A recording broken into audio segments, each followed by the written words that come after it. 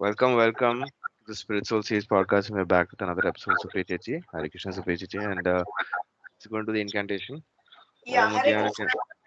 Yeah, go on. Gyana Timbrandasya Gyananjana Shalakaya Chakshurun Militam Yena Tasmai Shri Guruve Namaha Shri Chaitanya Mano Bhishtam Snapitam Yena Bhutale Swayam Rupa Kadamayam Dadati Swapadantikam Hey Krishna Karuna Sindhu Deenabandhu Jagatpate Gopesha Gopika Kantha Radha Kantha Namostate तप्त कंचना गौरंगी राधे वृंदावनेश्वरी वृषभानुसुति देवी प्रणमामि हरिप्रिये वंशाकल्पतरुभ्यश्च कृपा सिन्धुभ्य एव च पतितानां पावनेभ्यो वैष्णवेभ्यो नमो नमः नमो ओं विष्णुपादाय कृष्णपृष्ठाय भूतले श्रीमती भक्तिवेदान्त स्वामी इति नामिने नमस्ते सरस्वती देवी गौरवाणी प्रचारिणे निर्विशेष शून्यवादी पाश्चात्यदेशतारिणे श्री कृष्ण चैतन्य प्रभु नित्यानंदा श्री अद्वैता गदाधारा श्रीवसादि गौर भक्त वृंदा हरे Krishna Krishna Krishna Hare Hare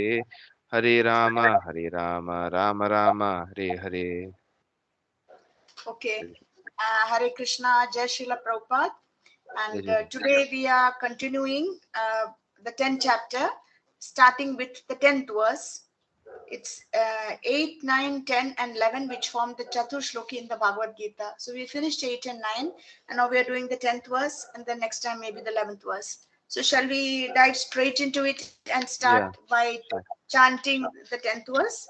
Yeah. yeah Tesham तेषां सतात युक्तानां Bhajatam भजातं प्रीतिपूर्वकं Dada ददामि बुद्धियोगं तं येन मम उपयन्ति ते Wait again.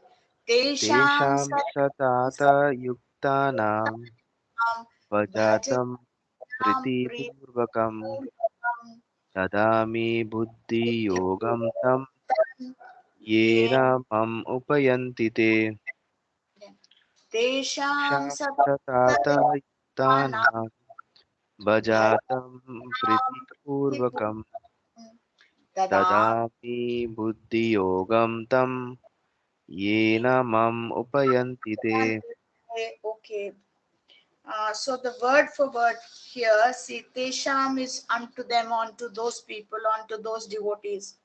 Satata Yukta Nam, who are Satata means like as in eternal, always. Yukta Nam connected or linked, engaged. Bhajatam, uh, that is in worshipping him, doing devotional service. Priti Purvakam, with actual loving ecstasy. Dadami, I give. What does he give? Buddhi Yogam, real intelligence. Tam, that, so that. Yena, by which mam unto me upayanti come they. So to those who are constantly devoted to serving me with love, I give the understanding by which they can come to me. So it's kind of really making a big promise here uh, to help his devotee. To those who are constantly devoted to serving me with love, I give the understanding where they can come to me. Now, even before we are on a platform where we are constantly serving him and always with love and it's and devotion, it is said or it is believed that Krishna is so merciful that if you take one step towards him, he takes three steps towards you. Because he's so keen to have you back in his abode and to claim you back. He knows this jiva, this poor jiva is bewildered life after life, going through the cycle of birth and death and miseries in the material world.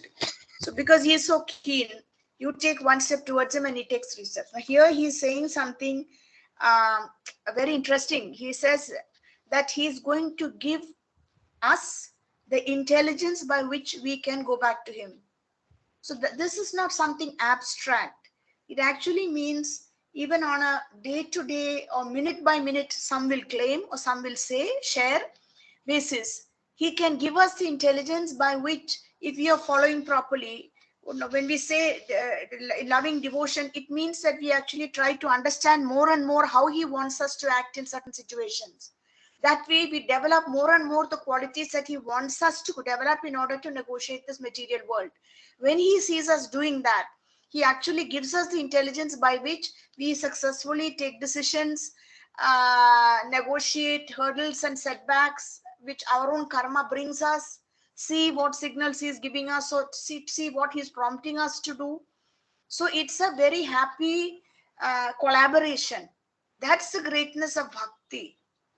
Because once we develop the taste for bhakti and we experience this at our own small level, that collaboration means, like you see, he's our true friend and we are never alone. And a true friend is always prompting and giving suggestions, like even with, say, with parents who say, don't give up this job immediately, keep trying for another one, but this, like you were sharing, this timing, this whole night timing is just too awful. So like that, he's constantly prompting from within the heart of super soul. But the more we are trapped in the lower modes, that is especially rajoguna, tamoguna, forget it, there's nothing to even speak about tamoguna. Even rajoguna, there is such a racket going on in our own minds all the time that we fail to hear the murmurings or the suggestions that the super soul is throwing up to guide us. It's drowned out because our own mind and what we think should be done and which way to do it is just like it's a constant racket going on. But the more we adjust our lifestyle and our way of thinking and our consciousness to match what he would like to see in each of his jivas, it becomes easier for him to convey his message and to communicate. That channel becomes clearer. So this is something great that he's telling us. Once we take to this path, we are not going to be alone at all. He is there for us, and it's not just some abstract concept. He's actually there from within the heart. Dadami buddhi yogam tam yena mam upayantite. I will give you that intelligence by which you can come to me. So purport. Please read the purport in this verse. Yeah, in this verse, the word Buddhi Yogam is very significant. We may remember that in the second chapter, the Lord, instructing Arjuna, said that he had spoken to him of many things and that he would instruct him in the way of Buddhi Yoga. Now, Buddhi Yoga is explained. Buddhi Yoga itself is action in Krishna consciousness. That is the highest intelligence. Buddhi means intelligence, and yoga means mystic activities or mystic elevation.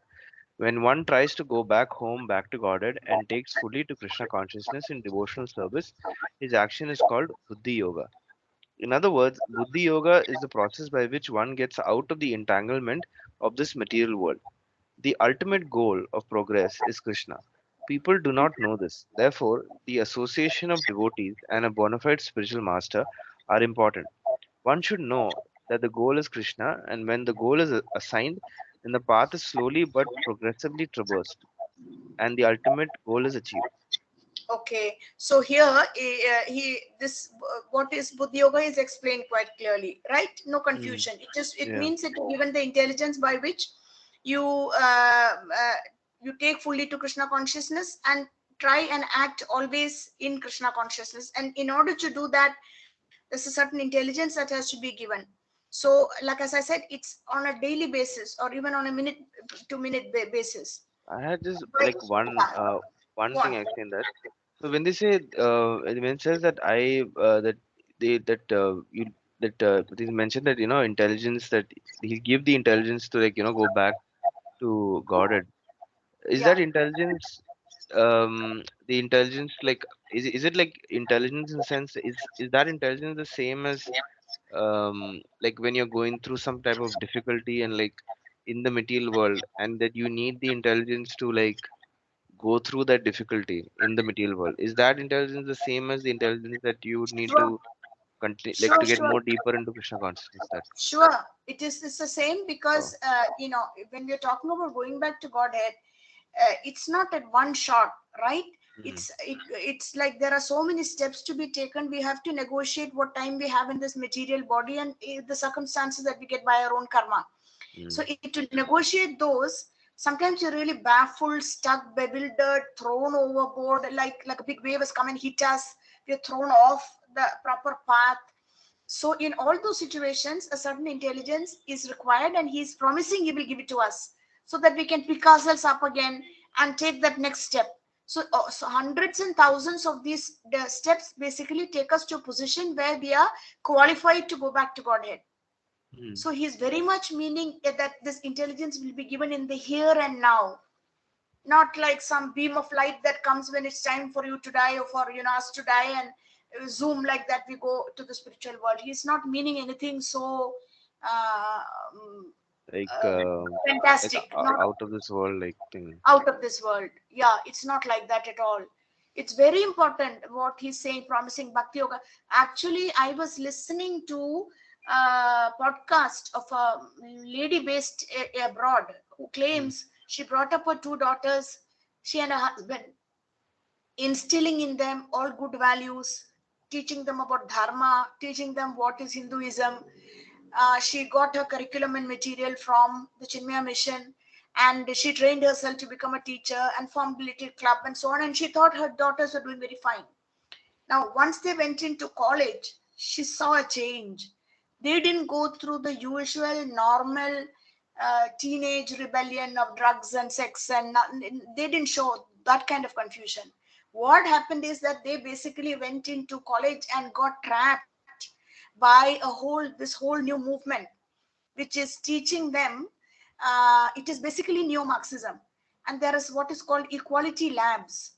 They Okay. catch you and indoctrinate you as it's almost built into the curriculum they're doing. One of them was at medical school, the other one was some kind of liberal arts, but it's practically like Mao Zedong in China caught people and indoctrinated and brainwashed them to teach them to sever ties with everything that they held dear to them, which is God, religion, church, family, everything. So with these equality labs that are now kind of sweeping across certain universities, they're just springing up.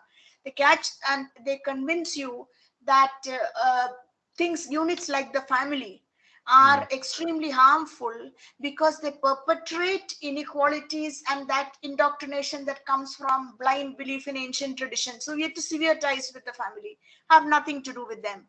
And then we have to be truly liberated and modern and see that the family is an oppressive unit and that we've been oppressed. And then now we have to see that we don't become the oppressor. There's a whole new, this what is called wokeism and critical race thinking and all that.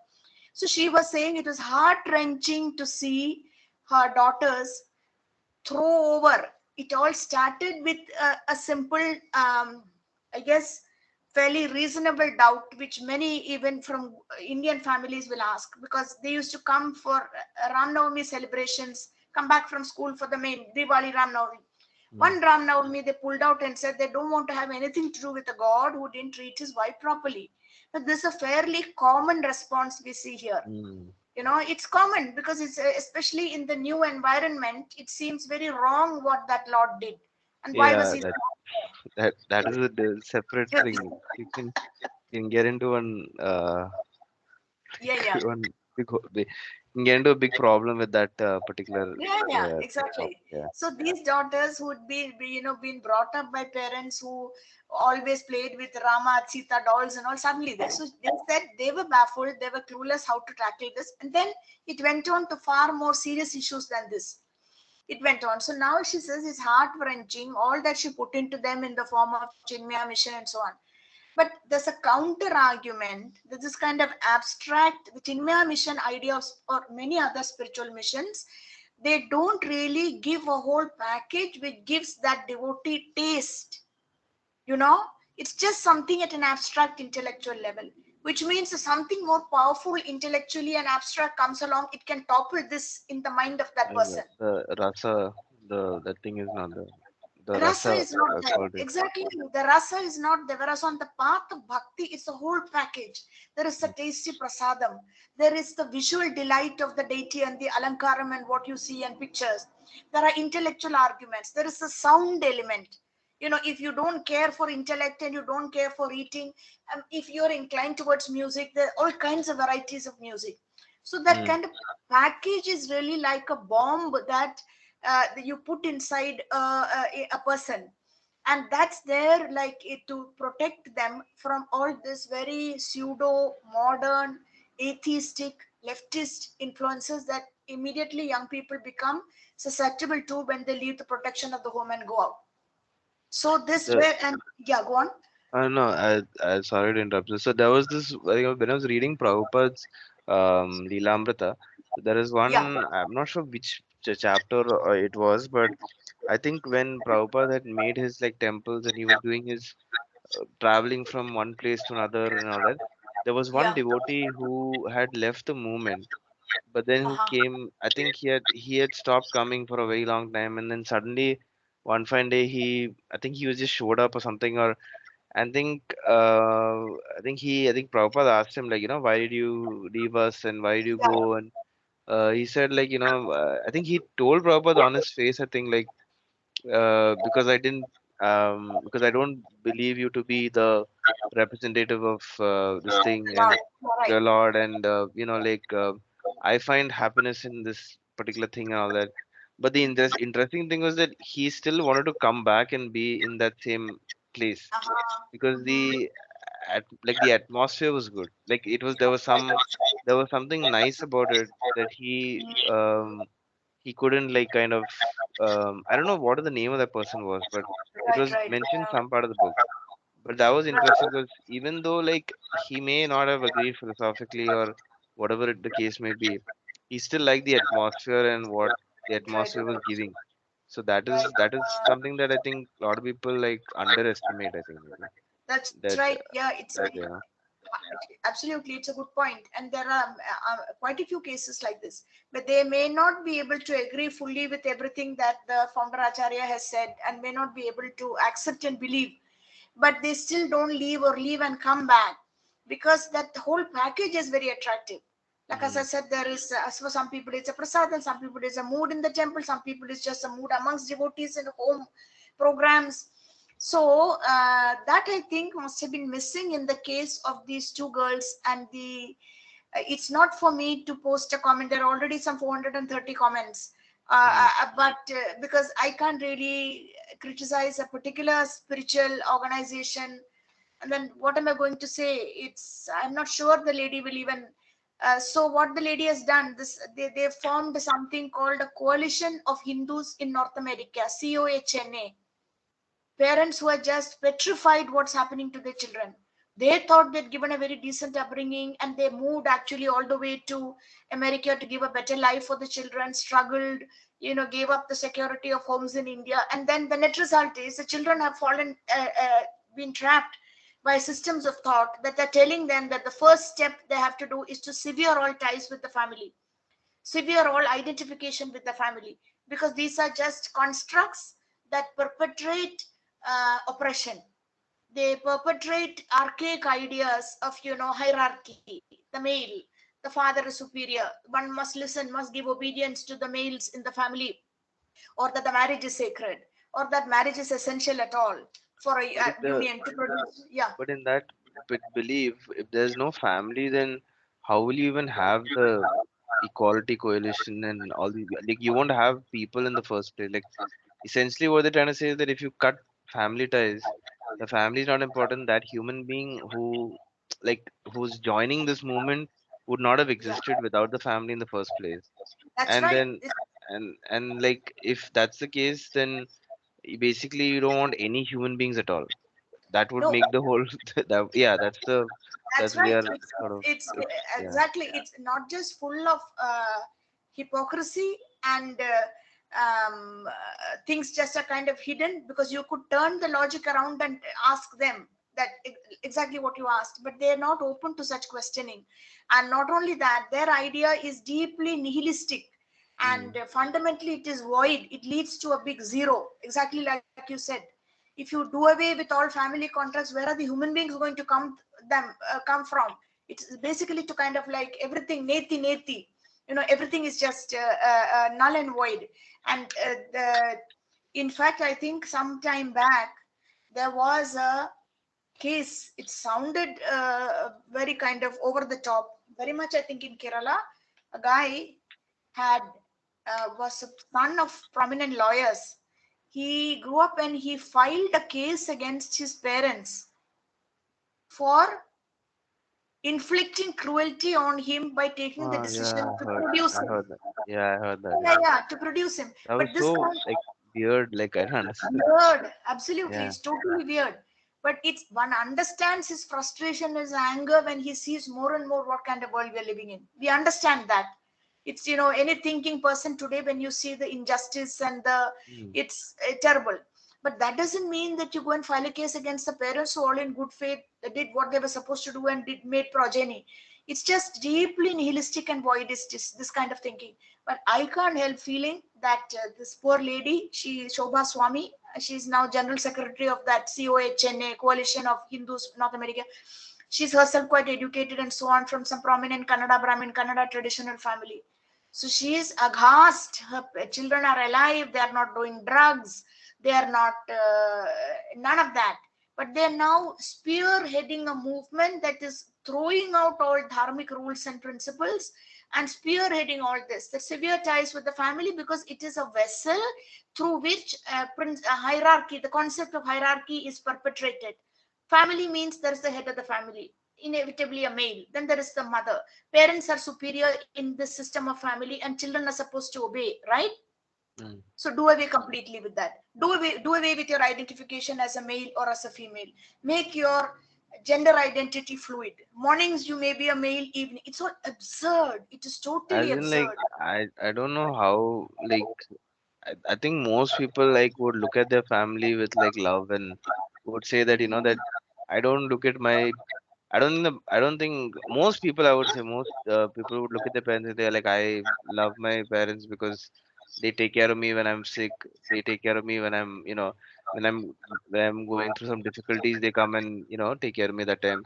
When they're and I try to I love my parents and they love me. So where is the question of superiority in that sense? So the thing But is like don't that egoistic. I mean, I don't know. I don't know. Maybe it's that I think there is one level where you want freedom, but freedom comes at a price also. Like you lose the love or that softness that you have, that coldness and all that starts coming out a lot. Uh, yeah. So you no yeah, but don't underestimate the power of indoctrination. They yeah, isolate you, that's there. That's they there. Yeah, target you. It's a that's there. highly structured program. That's there. They Yeah. enroll you first, they interview you, they make you talk, then they teach you to look at all the situations you have described in your own life through new lens. Mm, They indoctrinate you with this new kind of colored filter lens through which you start seeing everything. They make you aware that you're going to be a person who's very sensitive to this to inequality of any kind. So you don't mm, want to say you're a woman because that is, or you don't want to say you're a family person, or because it may all suggest some kind of hierarchy. It's just totally ridiculous and mad. But that's how that entire Mao Zedong and this is neo-Marxism, nothing else. And it's also scary because, as the mother of these two daughters, this lady is saying, a lot of the individuals who've got trapped in it are genuinely good, kind, compassionate people. They're being they're being fed with the logic that if they subscribe to this new worldview, it is a vehicle for their compassion for all those oppressed people. And it becomes a channel through which their compassion and kindness can come out, and they can completely put an end to this world system that basically believes in hierarchy, the superior, those who have better opportunities, those who have less opportunities, those who are always poor, those who are, it's just very scary how the whole situation went out of our hands. And she said she was one of those clueless parents, blindly believing that she's done her job, so everything will be right with the mm. situation with her. So The that's happening more and more, and There's it's actually, yeah, that's actually kind of sad. But like there's the in the how I think in what is interesting is that the way that I think Bhakti, how it's like handles this, because even in Bhakti also there's this like thing of like you the family attachment is like not you have to detach yourself from family and all these are all materialistic things. But like there was one of the episodes in the Wisdom of Sages podcast, they got this I think one of these sages or sannyasis from who's working in that Govardhan eco village along with Radhanath Swami. Gaurang, Not Gauranga Gauranga. Prabhu, He's a Gauranga Tamilian. Darshan, He's a Tamilian. Gauranga. Um, I have to search. I'll just search. I'll search and tell you the name later. Okay, okay, yeah, So yeah. his thing was that he grew up in Tamil Nadu and he was initially part of this. Growing up as a child there, he was initially part of the Ramanujacharya Sampradaya, Right. Uh-huh. and then he moved away from that I mean, then I think I think through association, he saw the Hare Krishna devotees dancing once or something, and then he became fascinated by it, and then he joined. But then he thought in his mind that he had to leave his family, and so I see. he literally left his family. But then what happened was, I think when Radhanath Swami found out that he had left his family, he got very upset with it. And he Right, said, right. no, you shouldn't like leave your family and then just go away like that. You should just you should go back and, because by then his mother had gotten very upset and worried about all these things and all stuff. Right, right. And but so at the same time, but he was saying that, as a monk, like you're supposed to, on one hand, as being a monk is like withdraw yourself from everything else. But on the other hand, you also have to fulfill the desire of spiritual master who's telling you to Go go back. back and meet your family and all. So what he did was that he called his mother and I think maybe sister also, I think, called them to the ISKCON temple in Chennai or somewhere like that. And Right. they came there and then I they see. met him there and they spoke to him and and now he's obviously into, and then after his mother also joined the ISKCON, I think. His Right, mother joined right, right. ISKCON and I think maybe his sister also, I'm not sure, but yeah, that's that at least that aspect is there, like where I think yeah, it's where that you don't like Okay, the detachment is there. I don't think it's detachment in the sense detachment is like it's more internal than external detachment. That's exactly. required. Exactly, It's like exactly. Yeah. yeah, But that's not the case with these kind of Marxist, neo-Marxist ideas. It's yeah. you destroy the family and in the name of the state. And Mm, what did they get? It was just a whole grand failure in Russia. It's finally just yeah. whole thing collapsed because new power structures came up. They said if it's they were doing it all for equality and for equal opportunity, but instead what happened? It threw up a Stalin and it threw up a who's that other horrible guy? Now Lenin. Lenin, exactly. Uh, It threw up all these kind of monsters. A system that broke down the earlier unfair system in the name of creating equality for everyone. But mm, my point is not so much that, but that obviously in the example of these two daughters or these two girls, there was mm, some vacuum. There was something clearly missing, which this new movement stepped in and sucked them, trapped them. And mm, I'm saying that whatever the spiritual teachings that the mother had in all good faith put in them, I mm, don't think it did anything at the level of the heart. mm, It didn't move, or it didn't resonate at the level of the heart the way Bhakti Yoga does. Like it's a whole package and develop rasa taste. Then for that taste, even if you sometimes deviate, you will come back where you mm. find Krishna actually participates in your. That's where I think the real mistake is. That simply spiritual teachings and spiritual organizations like the mission that she was mentioning, Mm, they don't teach you what the Bhagavad Gita, and they don't take advantage or to the full extent of the promise that Krishna is making in the Bhagavad Gita. That to develop yeah, a direct rapport with me, I will give you the intelligence by which. They don't do that. It's just a very impersonal, abstract kind of idea of God. yeah. Anyway, yeah, you were So, looking for the particular yeah, person. I actually found that this is the person, Nityananda Das. I don't know if you've seen him. Really? No, I must say I didn't know. Govardhan Eco Village? Really? Yeah, Nityananda Das. This is the person. He did an interview with him like 1 month back, and This he is was the like the person title is with. from Vishnu to Krishna, and so he was Oh, talking about how he grew up in the Ramanujacharya Sampradaya, and then how he had to let go of his family, and then he came, and then Radhanath Swami told him like, no, you shouldn't like just leave your family and go. You should like meet your family, like figure out a way, right, right, and then right. meet your Very family, and nice. also. So then he came Yeah, back very and he nice. met her. Yeah. Mm. So this son Yeah, is very nice. So, yeah, yeah, maybe now he's kind of very properly situated. No, now yeah. that he's I in think peace with the yeah, family. yeah. Now he's fine. I don't know if he has any videos or anything, but Nitya, I think only this video is there maybe.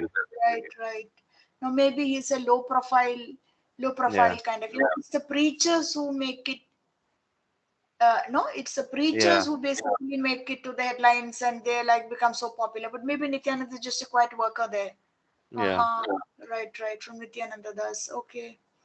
Nice. Yeah, absolutely. Because how can any sane system tell you to break your ties with the family?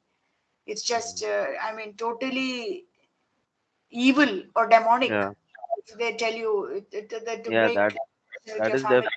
that's definitely like it's cruel and it's kind of I don't know. It's kind of as in like I have more like I have sympathy for the people who've been brainwashed than for the Mhm. people who like Who are doing who the are doing the brainwashing. thing, because they are like the people who have brainwashed them. They are more of they're more evil and they're more corrupt and like they're more on the wrong because like they're the ones who are feeding this philosophy and all stuff. But the Right. thing is like it all comes back to like even they also would have been fed by somebody and it goes back like Yeah, yeah, yeah. Change. generations and Like a change. generations and stuff. So you can't really in one sense blame anybody. It's just that the maybe the system and everything works the way that it is, and hopefully Yeah, like yeah. they're able to like figure out how the truth and they How come to out of break it. this? Yeah. Yeah, yeah. To overturn this. Okay. So the next paragraph, can we read, please? The second Yeah. paragraph. When a When a per person knows. Yeah, you want to read or should I? No, no. You read. Okay. When a person knows the goal of life but is addicted to the fruits of activities, he is acting in karma yoga. When he knows that the goal is Krishna, but he takes pleasure in mental speculations to understand Krishna, he is acting in jnana yoga. And when he knows the goal and seeks Krishna completely in Krishna consciousness and devotional service, he is acting in bhakti yoga or buddhi yoga, which is the complete yoga. The complete yoga is the highest perfectional stage of life. Yeah, When a this is the person, whole point. No, this is the whole point that Bhakti Yoga, Buddhi Yoga is the complete yoga because it engages all the senses in a union with the Lord. You know, that is it, sense of taste because you're talking about prasadam, the sense of the visual sense because you are appreciating, it's not some abstract dull god, it's just so attractive. The sound, the ears, uh, the feet, if you're doing parikrama, the ability to read, think, understand, hear, argue. So it's the complete yoga. This is, I think, the really the whole point. Okay, please read. Person may have. may have a bona fide spiritual master and may be attached to a spiritual organization. But if he is still not intelligent enough to make progress, then Krishna from within gives him instructions so that he may ultimately come to him without difficulty. The qualification is that a person always engage himself in Krishna consciousness and with love and devotion render all kinds of service. He Yeah. should perform some sort of work for Krishna, and that work should be with love. If a devotee is not intelligent enough to make progress on the path of self realization, but is sincere and devoted to the activities of devotional service, the Lord gives him a chance to make progress and ultimately attain to him. Okay. If a devotee is not intelligent enough to make progress on the path of self realization, but is sincere and devoted to the activities of devotional service, the Lord gives him a chance to make progress and ultimately attain to Him. The thing is, again, because Bhakti Yoga or Buddhi Yoga, which are one and the same, really, it is the complete yoga. Whatever is a natural inclination, take someone who basically doesn't have much intellectual inclination, not scholarly, doesn't like to read, is scared of doing any kind of book distribution or coming in contact with too many people. Even if, but just some simple activity, doing some decorations for the deity, tying flowers, stitching clothes, doing some cooking, uh, learning to how make mridangas, play mridangas. Someone from a background where they've not had any education, they're taught how to play the mridanga, then they start excelling at it. They become the leader of a group that's playing in front of the Lord. They get so much happiness from it. So there are all kinds of options for all kinds of people. It is so all accommodating because it is really the complete yoga which is Krishna has thrown out like a net, hoping we will take the net, catch it, to claim every possible jiva and to claim him back to the spiritual world. Okay, now the next verse, which is the last verse in this Chatur Shloki, again another kind of very famous and important verse. Okay. Right.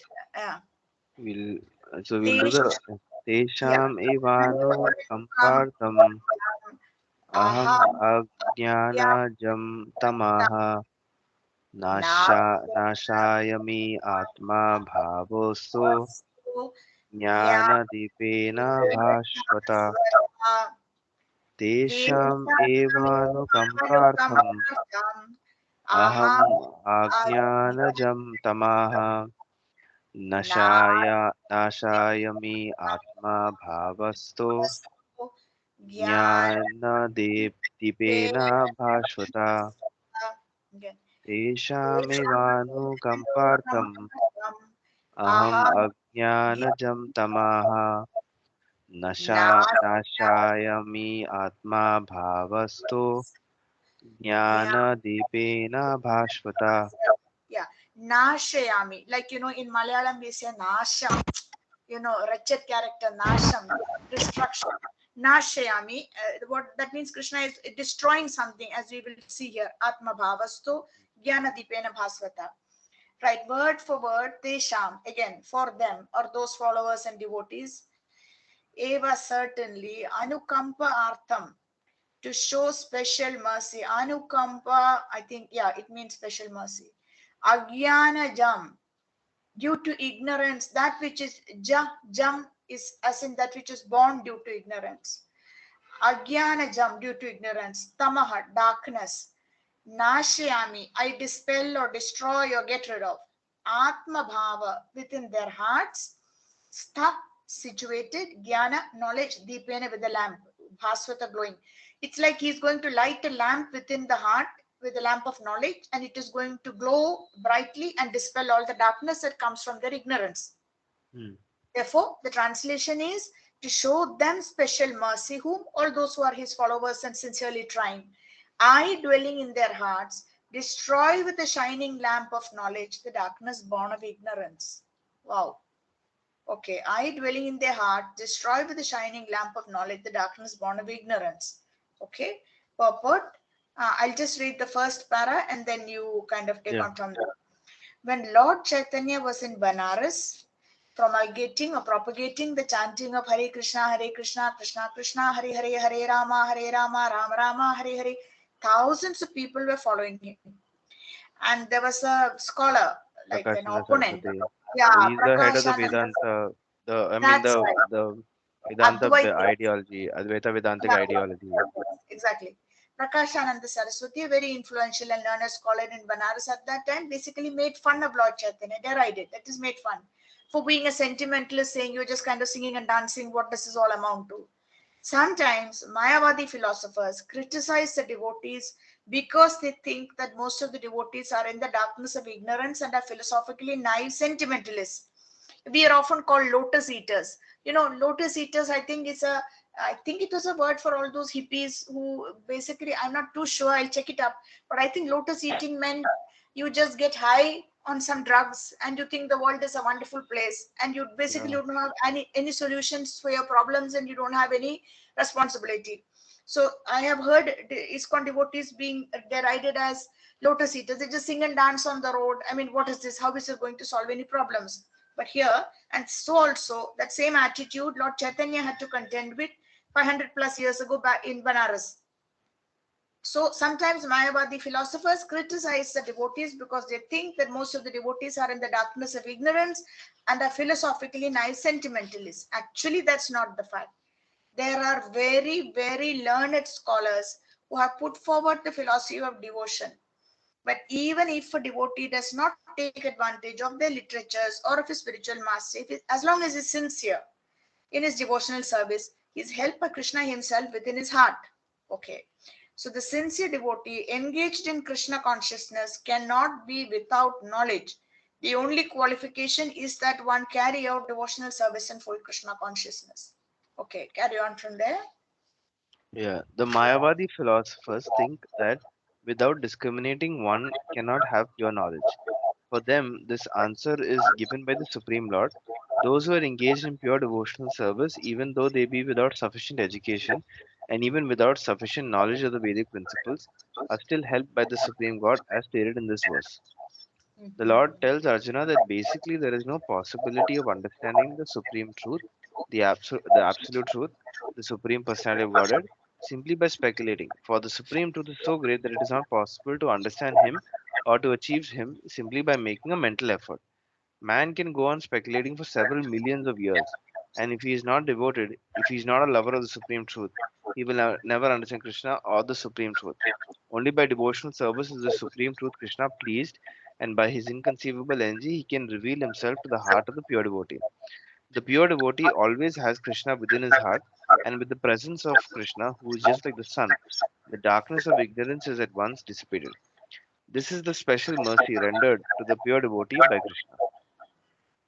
Okay. Due I think one more paragraph. Due to the contamination of material association through many millions of births, one's heart is always covered with the dust of materialism. But when one engages in devotional service and constantly chants Hare Krishna, the dust quickly clears, and one is elevated to the platform of pure knowledge. The ultimate goal, Vishnu, can be attained only by this chant and by devotional service, and not by mental speculation or argument. The pure devotee does not have to worry about the material necessities of life. He need not be anxious because when he removes the darkness from his heart, everything is provided automatically by the Supreme Lord, who is pleased by the loving devotional service to the devotee. This is the essence of the teachings of the Bhagavad Gita. By studying the Bhagavad Gita, one can become a soul completely surrendered to the Supreme Lord and engage himself in pure devotional service. As the Lord takes charge, one becomes completely free from all kinds of materialistic endeavors. Okay, so there's so much stuff here. One is, of course, even before this paragraph, if you go to the last 2-3 lines of the previous paragraph, the pure devotee always has Krishna within his heart, and with the presence of Krishna, who is just like the sun, the darkness of ignorance is dissipated. This is a special mercy rendered.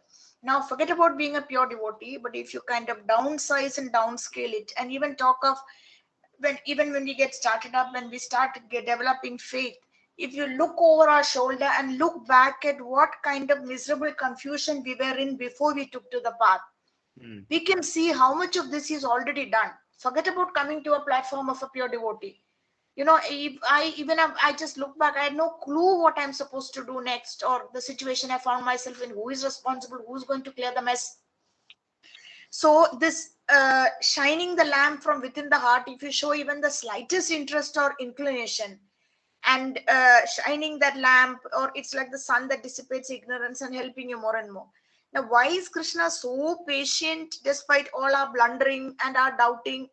It's because he knows that through millions of births, the contamination of material association, this is the next para which we just finished reading, one's heart is always covered with the dust of materialism.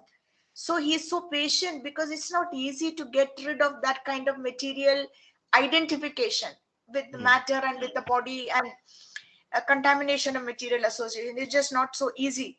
And early on in the second chapter, I think it was in the purport, Srila Prabhupada introduces this famous analogy which is coming from one of the Puranic sources, how of the two birds on the branch of a tree, and one bird is us, the jiva, or our jivatma, and the other bird is actually the paramatma, and they are going life after life. They find themselves together in different branches of the same tree, or different trees, because it's just sometimes the fruits that the one bird, the first bird, uh, pecks at, it tastes sweet, and sometimes it tastes sour. That is an analogy for the mixed experiences.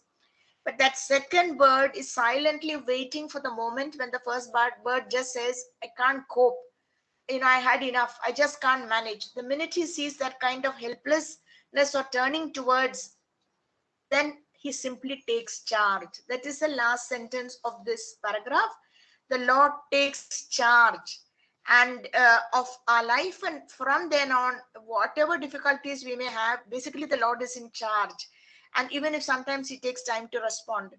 So here we have some kind of couple of statements that could be questioned by those who don't get it. Like, you see what you just read here from this last paragraph. Hmm.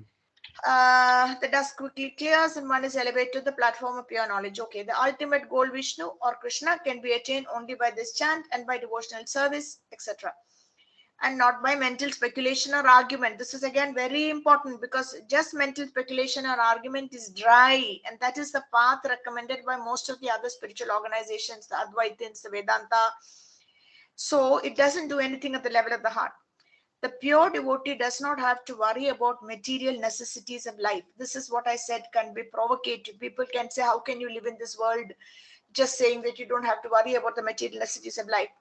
It doesn't mean that you sit inactive and wait for, like you see, jobs to just land on your lap, or marriages to happen if it's, someone in that stage, or disease to just go away.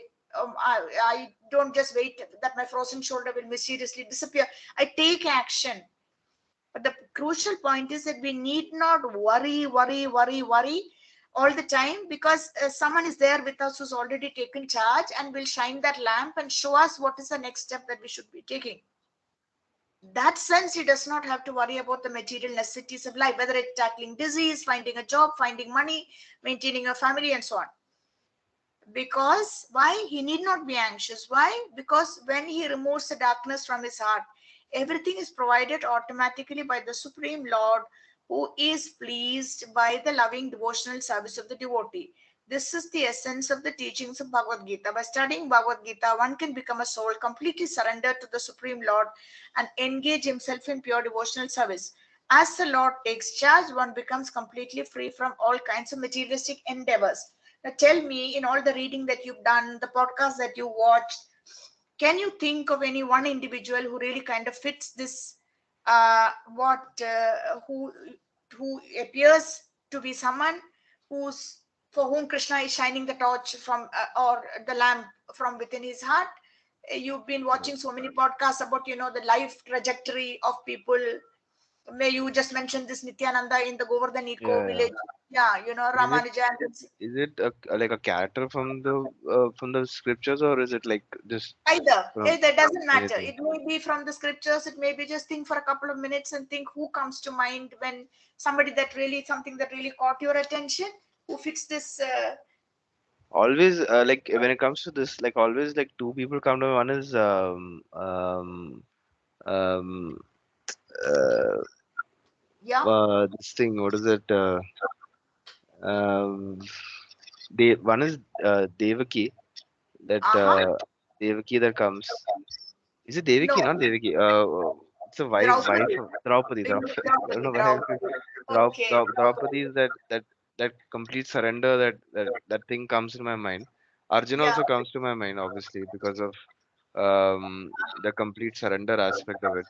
But in Uh-huh. this, I'm trying to think um, in my life, and generally, like if I had to see, I think Radhanath Swami's journey, I think was like his is kind Right. of also like he Uh-huh. kind of had to travel from like he traveled like he literally came to India like by foot almost like from Right. Right. Right. Middle East and Pakistan, and then he comes to India, and then he he keeps going with some train, and then he lands up into Vrindavan, I think, and then he just completely surrenders. It just happens Right. like that. So his Right. journey is like that, which is also interesting. Meaning that Then the Lord has been kind of shining the torch from within and yeah, showing the way to move forward. so Okay, fine. Yeah. yeah, and there's actually I don't know his name now, but there was this what's his name, Edward Bryant, I think that's his name. Edward Bryant. Yeah, yeah, yeah. That is either, I know who you mean, Edward Bryant. You Edward Bryant, said no, no longer in ISKCON, but no, yeah, that, but that his also was is something similar in the sense that he was literally like I think he reached India and he was like completely lost, uh-huh, and he was traveling from bus to bus, and then somehow or the other he went on a train or a bus that he didn't know where the journey or the destination was. He just uh-huh. got on some bus and it took him to Vrindavan straight. That's Right. what Oh, I see. he Uh-huh. that's what he says. Quite So amazing. Yeah, yeah, quite that amazing. that also I find interesting, like that But that is that the anukampa aspect of the Lord. We just translated yeah, that. Anukampa meaning just exceptional mercy. No real yeah, reason why this guy who you just mentioned, why the bus should go to Vrindavan of all places. I mean, we lived in Delhi for 20 years, but it never occurred to us to go to Vrindavan, and we never went to Vrindavan. We Yeah. went to Kashi, we went to Mathura because that is the birthplace of Krishna. But somehow Even it never happened. Yeah, even Jay Shetty, like I don't know if you seen Jay I know Shetty's Jay pod. Shetty. Yeah, yeah, I know So Jay Shetty he's podcast. also like he's not. I wouldn't say he's like practice. Like he's like he used to be a practicing, but he's still linked with ISKCON. Like he goes back, but Yeah, yeah, his is more of like, I mean, he was instructed by his teacher, like, you're more productive if you are like if you're in this capacity of spreading the teachings of Krishna consciousness from a very external sense, so that you right, get more right, people right. interested in these ideas and all stuff. Yeah, That is your dharma in one sense. Your dharma is not to become a monk or a sannyasi. It's to okay. go out and talk to young people and to try to get them more interested in these topics and have Who do you discussions. does he say by teacher? Who does he, Gauranga, this is Gauranga Das. that is Uh, identifying as his kind of teacher? Or yeah, maybe it's yeah. rather, I think No, it's rather not. I think he mentions, because what happens is that he says that Jay Shetty mentions that when he was in London, Gauranga Das had come. It is actually supposed to be Radhanath Swami who was supposed to come and give a lecture Okay, in London, but then due to some illness or something like that, in his place, Gauranga Das went to give a lecture in London in this place. And Jay Shetty happened to go there because one of his friends told him, like, there's a monk coming to give a lecture, yeah, and he joked with his friend saying that, I'll only come if after that we can go and have a beer in the pub or something like that. That's what he mentioned. And then so he went there, but what for him was so amazing was like the Gauranga Das, he says, was the IIT graduate. He was an yeah, IIT graduate, right, and right. he got this opportunity to even work in Google and all this stuff, but he left all of that and he became a monk after this. And so Right. that so he was always fascinated by how he could give up his he could give up this prestigious thing that most Indians want to get. They want to move to the West and Right, get this right, very fancy right. job. How he could Okay, give all that up and then become a monk. So that okay. made him, basically he followed him for 3 years.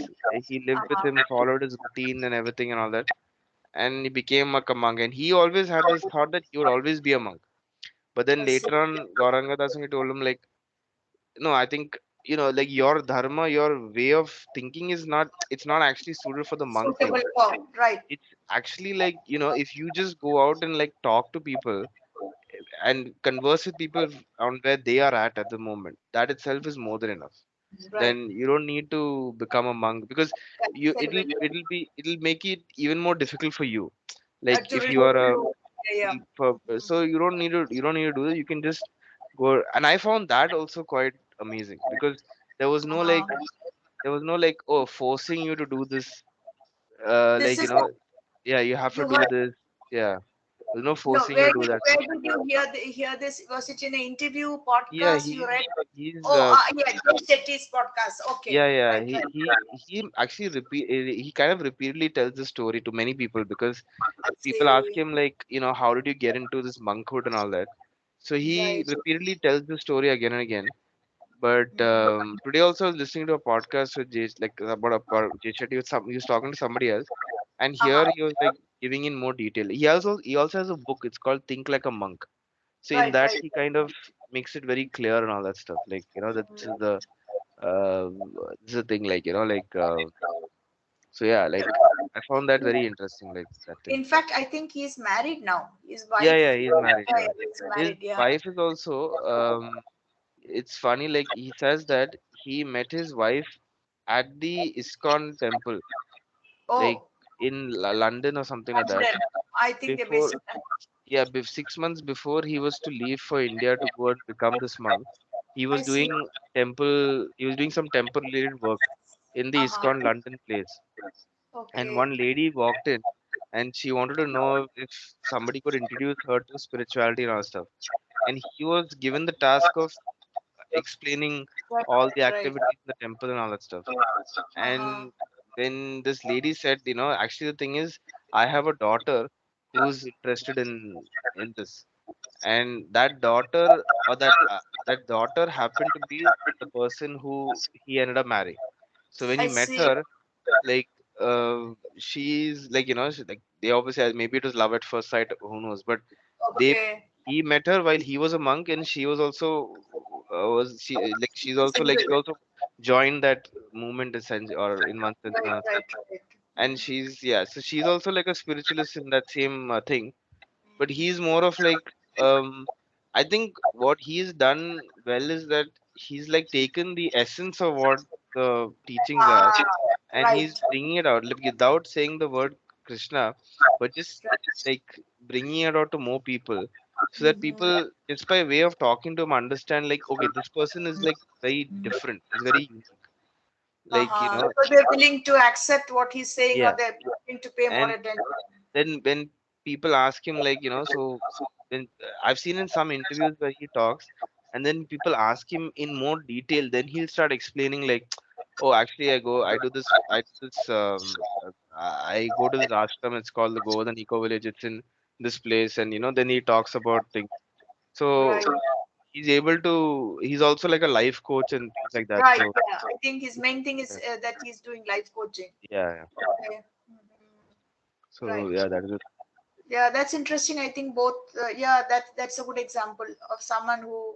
Yeah, and the earlier one you said also Gauranga Prabhu himself of and of Radhanath Swami, yeah, Richard Slavin, as he was from Yeah. an African background and he's searching and walking and coming here. And now the fact that he's able to inspire and train and produce so many And more disciples and devotees. Yeah, go on. and even this one, Swayam, like Keshav Maharaj, like Right, even in right, his right. case also, even Chaitanya Prabhu, Chaitanya are also a lot of people, but Keshav Maharaj also is like interesting in the sense that he says that how he got into it. He said that when he got into Krishna consciousness first, one of the Yeah, biggest regrets that he's had is that he didn't open up to many of the devotees, or he didn't open up to many people when he was there. right. He said that was his biggest regret. He's like, had I opened up to people more initially about my Uh-huh. problems and like about generally issues that I had, like he thought if he thought because he didn't open up, he thought by not opening up was like a sign of like, oh, I'm progressing spiritually more, I'm Right, getting right, right, better, right. and Mm, like I'm able to deal with problems on my own and all that. But he said right. because I didn't open up to people, that kept a lot of issues like inside. It didn't come out. Unresolved. Yeah, Unresolved. yeah, Mm, unresolved and things like that. So he's like, had I opened up more in the beginning, then it would have been much better. So in one sense, he's like, had I surrendered under the devotees and just accepted their, that I trusted them in one sense, like their right, right. that they would be able to like understand and all that stuff. Then yeah, Okay. But I yeah, think now where he's at, from there he is going out of his way to try to help devotees deal with yeah, issues. Maybe he knows from his own kind of mistakes or whatever error of judgment that others may also make the same yeah. mistake. They don't. They just keep up a veneer of being very distant and feel that is a sign of spiritual But advancement. he's a very like I think when I saw that that ceremony where he became that Sannyasi. sannyasi, Sannyasi. when they were saying that he was very humble. Actually, that was the first time when I saw him actually Right. in a like in any video or anything like that. So when they were saying that he's humble, and I was like, oh, he's humble, like like that's very interesting because most other devotees like Swami is saying that Lord, there are many people that are not so humble and stuff. But in his case there was something like uniquely, and so that's what made me interested in like listening more to him. So when I Right, listen to his right. thing, he's not at all afraid of being open about who he is, like which I really like that honesty, that honesty Right, right, aspect. right, right. Like he'll say like that, oh, on like when he tells like when I grew up, I was a I was an introvert, I didn't speak to many people, I didn't do this and all stuff. I think for a lot of people and all that, to admit that is very difficult, like Mm, even for many senior I- devotees or people who are like who yeah, are yeah. really who really like that, who really like advanced, whatever. it's very difficult to like open up like and be honest about. Yeah, and talk about their failings from the past, isn't yeah, it? Their failures or failings of what is yeah, seen as yeah. deficiencies. And somehow the other, I don't know why, but I'm always like attracted to people who are very honest Right, with right, right. Uh-huh. in what how they say things and stuff. Like even if they however they may, whether they're introvert or extroverted, Right, right, correct. uh, whoever it is, like if like they're very honest with what they're saying, Right, right. with their feelings, then somehow that I'm like little attracted to that. So Yeah. that's what. Basic, Yeah, yeah. No, basically devotee means I think we ought to be straightforward. No, if we yeah. devotees can't be straightforward with each other, then what is the whole? If you also Then yeah, start you know, doing all this crooked stuff that is there in the yeah, material world, you say one thing and mean something else and think something else. It's just kind of horrible. Okay, so let's stop here because it's going to be 6 o'clock and I have to meet this lady yeah, Sony yeah. in. Sure, sure. Yeah, Yeah. so we'll catch up next week. Okay. And let's hope your job situation, you get some clarity and something happens. Yeah. Okay. Let's hope everything works out fine. Bye, Okay. Smriti. Hare Krishna. Hare Hare Bol. Krishna. Bye.